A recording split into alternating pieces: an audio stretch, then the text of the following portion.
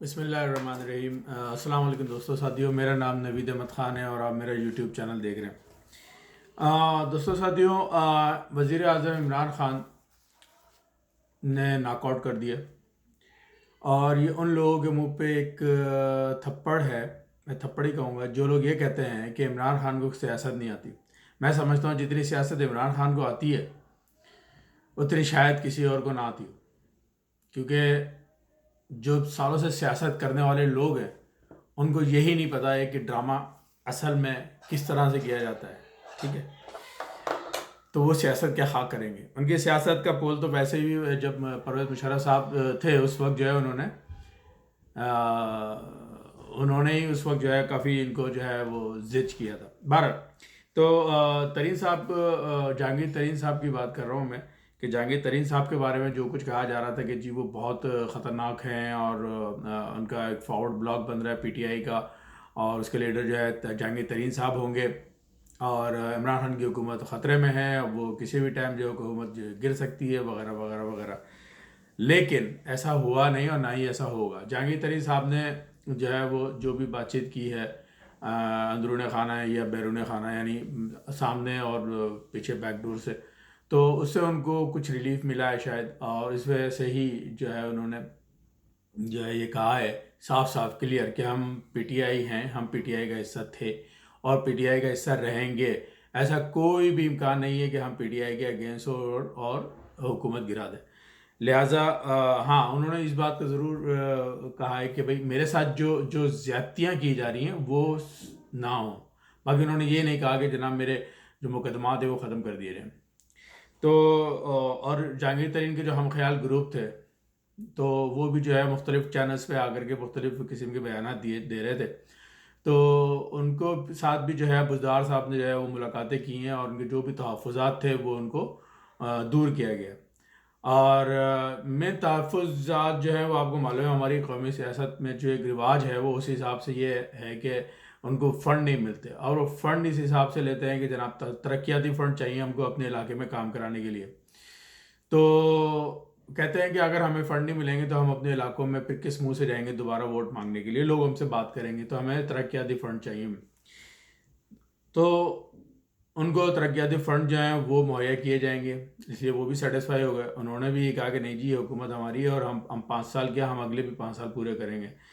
تو مختصراً یہ ہے کہ جہانگیر ترین کا جو ڈرامہ یا جو بھی تھا وہ سب ڈراپ سین ہو گیا ان سب چیزوں کا، اور جو لوگ یہ امید لگائے بیٹھے ہوئے تھے کہ اب جہانگیر ترین کی وجہ سے حکومت گر جائے گی تو وہ بہت مایوس ہوئے۔ دوسری جو ایک خبر ہے فلسطین اور اسرائیل کے حوالے سے، تو آپ کو پتہ ہے کہ مغربی میڈیا جو کیونکہ اسرائیل کے ہی انڈر میں آتا ہے، اور اسرائیل جو ہے وہ جیسا چاہتا ہے ویسے ہی ان کو جو ہے ڈرائیو کرتا ہے مغربی میڈیا کو، تو ابھی جو ہے وہ ایک شاہ محمود صاحب کا جو ہے وہ انٹرویو بہت زیادہ مشہور ہوا ہے، بہت زیادہ وائرل ہوا ہے، جو کہ شاہ محمود صاحب نے انتہائی دبنگ انداز میں جو ہے وہ انٹرویو دیا ہے، اور میں کہتا ہوں کہ عمران خان کے بعد وہ واحد لیڈر ہیں جن میں اتنی کریج، اتنی ہمت ہے کہ سامنے والے کی آنکھوں میں آنکھیں ڈال کے بات کر سکیں۔ جس بات کا ثبوت شاہ محمود قریشی صاحب نے دے دیا 2 دفعہ، ایک دفعہ بھی نہیں 2 دفعہ۔ ایک جنرل اسمبلی میں انہوں نے جو خطاب کیا اس میں جس طریقے سے انہوں نے کہا وہ بڑی زبردست، بڑی اپریشیٹ کرنے والی بات ہے، اور دوسرا جو انہوں نے سی این این میں انٹرویو دیا ایک محترمہ کو، اچھا جو اینکر پرسن تھی، جو انٹرویور تھی، وہ اس کے بارے میں یہ پتہ چلا ہے کہ وہ بھی یہودی ہے۔ اب جب یہودی ہی ہوگی تو ظاہر ہے یہودی کی ہی بات کرے گی اور یہودیوں کی بات کرے گی، اور اس سے ہٹ کے تو اس کو نہیں کوئی چیز پسند آئے گی۔ تو کافی تلخ تلخ سی سا وہ انٹرویو ہوا تھا، تو اس نے یہ کہا تھا کہ آپ میڈیا کو کیسے دیکھتے ہیں، تو شاہ محمود صاحب نے کلیئر یہ بات بولے تھے کہ میڈیا جو ہے وہ اسرائیل کی پاکٹ میں ہے، جیسا اسرائیل چاہتا ہے ویسا ہی ہوتا ہے، یعنی جو اسرائیل چاہتا وہ دکھایا جاتا ہے، جو نہیں چاہتا وہ نہیں دکھاتے۔ تو جو اس بات کو بڑا برا منایا اس نے اینکر پرسن نے، حالانکہ وہ اینکر پرسن ہے لیکن انہوں نے برا منایا، اور اس نے یہ بات بولی کہ جی آپ نے مجھے غصہ دلایا، اور اب جو ہے نا میں کچھ اور میں آپ سے کچھ اور بھی انٹرویو کرنا چاہ رہی تھی، لیکن اب آپ نے بات ہی ایسی کہہ دی ہے تو میں اب اس پہ کیا بولوں۔ کہ آپ یہ کہہ رہے ہیں کہ ہمارا میڈیا آزاد نہیں ہے. تو شاہ محمود صاحب نے اس بات کو دہرایا کہ ہاں میں نے صحیح بات کہی ہے کہ اسرائیل کے ہاتھ میں تمام مغربی میڈیا ہے، جیسا اسرائیل چاہتا ہے ویسا ہی ہوتا ہے. تو اس نے کہا کہ یہ آپ کیسے کہہ رہے ہیں، یہ آپ الزام لگا رہے ہیں. تو شاہ محمود صاحب نے یہ بات بولی کہ ٹھیک ہے اگر میں الزام لگا رہا ہوں، بیسیکلی انہوں نے کہا کہ یہ ایک پرسیپشن بنا ہوا ہے کہ یہ جو ہے آپ جو ہے وہ اسرائیل کو بہت زیادہ کوریج دیتے ہیں لیکن اس فلسطین کی طرف سے جو ہے نا خاموشی رہتی ہے. تو اس نے کہا جی آپ الزام لگا رہے ہیں. انہوں نے کہا کہ ٹھیک ہے اگر میں الزام لگا رہا ہوں تو آپ جو ہے وہ اپنی رپورٹنگ ایسی کریں تاکہ یہ پرسیپشن بھی ختم ہو جائے. تو اور بھی بہت ساری باتیں ہوئی ہیں اور اس پہ جو ہے وہ انٹرویورز نے کافی بات کی کہ جناب حماس نے جو راکٹ حملے کیے تو اس کی آپ مذمت کرتے ہیں. تو شاہ محمود صاحب نے کہا دیکھو بھائی بات یہ ہے کہ آپ ایکشن کا ری ایکشن تو ہوگا.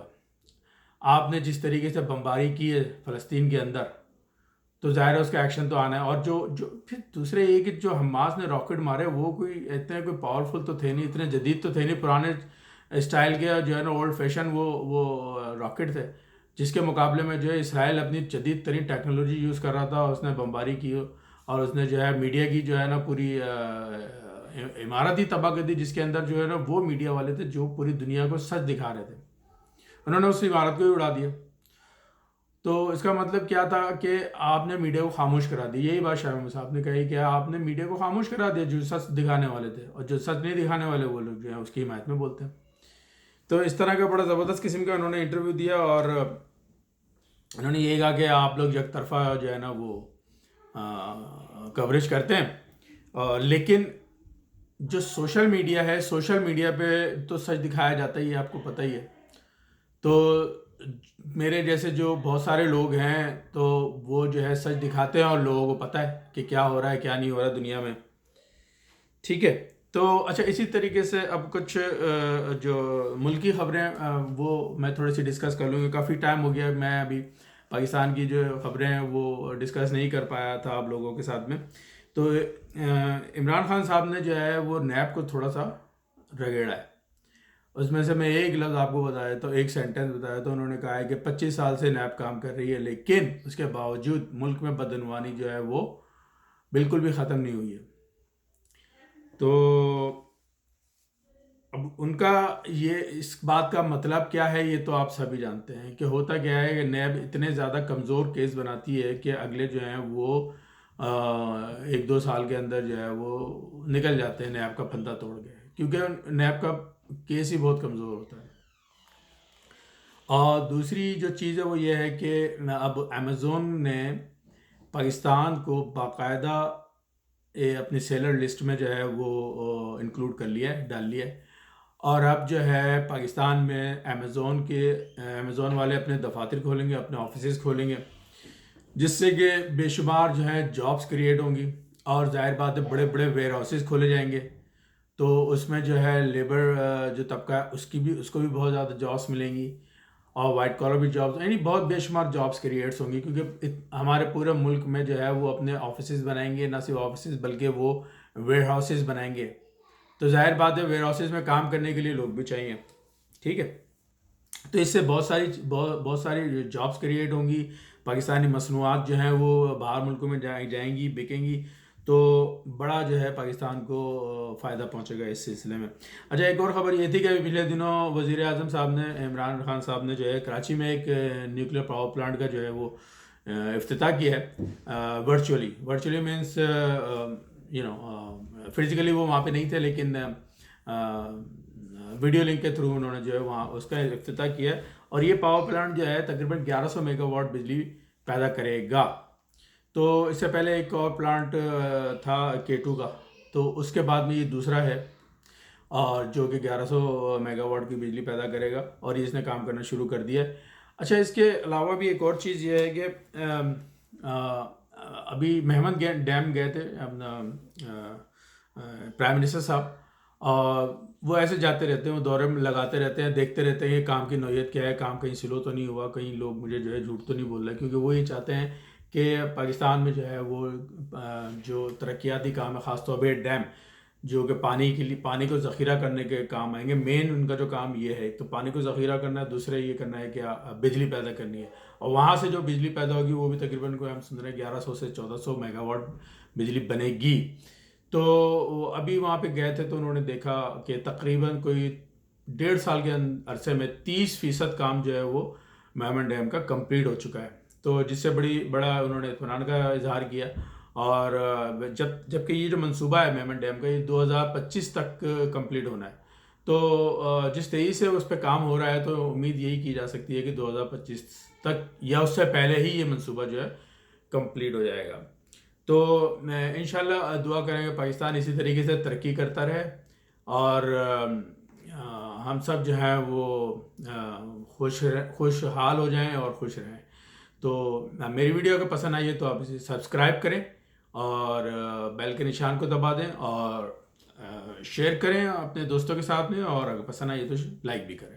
تب تک کے لیے اجازت دیجیے. اللہ حافظ.